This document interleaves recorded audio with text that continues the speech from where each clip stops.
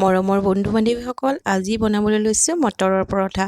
এতিয়া যিহেতু মটৰৰ ছিজন হয়, গতিকে মটৰৰ পৰঠা নাখালেনো কেনেকৈ হ'ব। মটৰৰ পৰঠা আমি বনাই খাবই লাগিব আৰু ইয়াৰ সোৱাদ নিশ্চয় ল'ব লাগিব। তেতিয়াহ'লে ব'লক ভিডিঅ'টোৰ মাজলৈ আগবাঢ়োঁ। মটৰৰ পৰঠা বনাবৰ বাবে মই লৈছোঁ কেঁচা মটৰ। মটৰখিনি ভালদৰে ধুই এটা মিক্সিৰ জাৰত পিচি ল'ব লাগিব। এয়া মিক্সিৰ জাৰটোত মই কেঁচা মটৰখিনি দি দিছোঁ আৰু দেখিছেনে, এয়া মই পিচি ল'লোঁ। একেবাৰে ধুনীয়াকৈ মিহি কৰি ল'ব লাগিব, তেতিয়া আমাৰ পুৰটো বনাবলৈ ভাল হ'ব।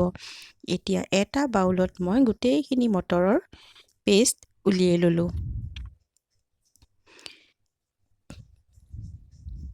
গোটেইখিনি উলিয়াই লোৱাৰ পিছত এতিয়া মই পৰঠাৰ বাবে যিটো ডোভ বনাম, ময়দা ব্যৱহাৰ কৰিছোঁ। আপোনালোকে যদি আটা খাওঁ বুলি ভাবে তেতিয়াহ'লে আটাও ব্যৱহাৰ কৰিব পাৰে, কিন্তু পৰঠাৰ বাবে ময়দাটো বেছি ভাল হয়। ময়দা আচলতে স্বাস্থ্যৰ কাৰণে বেয়া হয়, কিন্তু পৰঠাৰ কাৰণে ময়দা ল'লে ভাল হয়। ইয়াতে অকণমান মই নিমখ আৰু ক'লা জিৰা মিহলি কৰি লৈছোঁ। এইখিনি মিহলি কৰি লোৱাৰ পিছত ইয়াত মই দি দিম অকণমান ৰিফাইন তেল। ৰিফাইন তেল দিলে আমাৰ পৰঠাখন কোমল হ'ব। ৰিফাইন তেলখিনি জোখমতে দি পেলাই পুনৰবাৰ মিহলাই ল'লোঁ। এতিয়া ইয়াত মই ঠাণ্ডা পানী ব্যৱহাৰ নকৰোঁ, একেবাৰে উতলা পানী মই ইয়াত ব্যৱহাৰ কৰিছোঁ। উতলা পানী দি আমি যদি ময়দা বা আটাখিনি মঠোঁ, তেতিয়াহ'লে বহুত সময়লৈকে ৰুটিয়েই হওক বা পৰঠাই হওক কোমল হৈ থাকে। এইখিনি মই লাহে লাহে যিহেতু উতলি আছে, গতিকে মই চামুচেদি প্ৰথমে অকণমান মাৰি ল'লোঁ, তাৰপিছত অকণমান ঠাণ্ডা হওঁতে মই হাতেৰে এনেকৈ মঠি ল'লোঁ। দেখিছেনে কি সুন্দৰ কোমল হৈছে। এয়া দেখিলেই গম পায় কিমান ছফ্ট হৈছে। এতিয়া মই এটা কেৰাহীত মিঠাতেল অকণমান দিছোঁ। এতিয়া পুৰখিনি আমি ভাজি ল'ব লাগিব। এয়া মটৰৰ যিখিনি আমি পেষ্ট বনাইছিলোঁ, সেইখিনি তেলখিনিত দি দিলোঁ। তেল বেছি দিব নালাগে, কমকৈ দিব লাগিব। ইয়াতে দিলোঁ অকণমান জোখমতে নিমখ, অকণমান হালধি, অকণমান জিৰাটো নহয়, অকণমান ৰেড চিলি পাউডাৰ আৰু অকণমান ধনিয়া পাউডাৰ। ইয়াতে জিৰা দিব নালাগে। এতিয়া এইখিনি ভালদৰে আমি লৰাই ল'ব লাগিব। কেঁচা কেঁচা হৈ থাকিব নালাগে, অকণমান ড্ৰাই হৈ যাব লাগিব, তেতিয়া আমাৰ পৰঠাত দিবলৈ বেছি ভাল হ'ব। এইখিনি দেখিছে আপোনালোকে শুকান হৈ আহিছে। এতিয়া এইখিনি মই এটা বাউলত উলিয়াই ল'লোঁ। এতিয়া আমি পৰঠাৰ কাৰণে এটা লাডু লৈ লৈছোঁ আৰু এনেদৰে চাৰিওফালৰ পৰা আমি ঘূৰণীয়া আকৃতিৰ কৰি ল'লোঁ।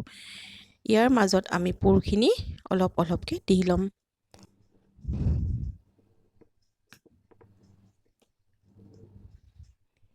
এয়া এখন পৰঠাৰ বাবে মই এটা লাডু বনাই ল'লোঁ পুৰখিনি দি পেলাই। এতিয়া এনেকৈ দুইফালৰ পৰা মুখকেইখন বন্ধ কৰি পৰঠাৰ কাৰণে এইটো ৰেডি কৰি ল'লোঁ। এনেদৰে বনালে আমাৰ ডোটো ফাটি নাযায়। অকণমান ময়দা মই লগাই লৈছোঁ, বেলিবৰ কাৰণে সুবিধা হ'ব। প্ৰথমে আপোনালোকে হাতেৰে এনেদৰে ঘূৰণীয়া কৰি ল'ব অকণমান, তাৰপিছতহে একেবাৰে আলফুলকৈ বেলিব। জোৰে জোৰে বেলিলে ফাটি যাব, গতিকে একেবাৰে হাতৰ জোৰ নিদিয়াকৈ বেলি ল'ব। দেখিছেনে, মোৰ অকণমানো ফাটি যোৱা নাই। কি ধৰণে পৰঠাখন ৰেডি হৈ গৈছে। এতিয়া আৰু এখন গৰম টাৱাত দি দিলোঁ।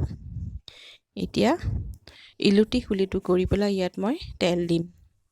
আপোনালোকে তেলৰ সলনি ঘিউ ব্যৱহাৰ কৰিব পাৰে, বাটাৰো ব্যৱহাৰ কৰিব পাৰে। যিসকলে যেনেদৰে খায় তেনেদৰে ব্যৱহাৰ কৰিব পাৰে। মই ইয়াত ৰিফাইন তেল এচামুচ ব্যৱহাৰ কৰিছোঁ, বেছি দিয়া নাই। দেখিছেনে, চাৰিওফালৰ পৰা ফুলি আহিছে পৰঠাখন। এয়া আমাৰ পৰঠা ৰেডি হৈ গৈছে।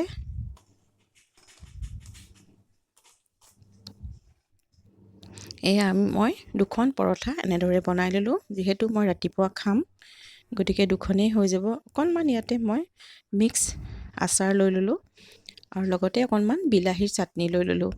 আপোনালোকে বেলেগৰ লগতো খাব পাৰে, বেলেগ ধৰণৰ চাটনি বনায়ো খাব পাৰে।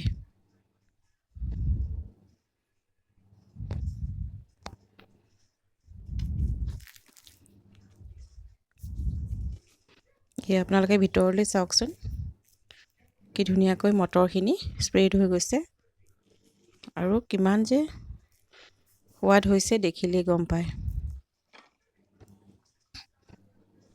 ক্ৰিস্পি হৈছে, খাবলৈ ভাল হৈছে।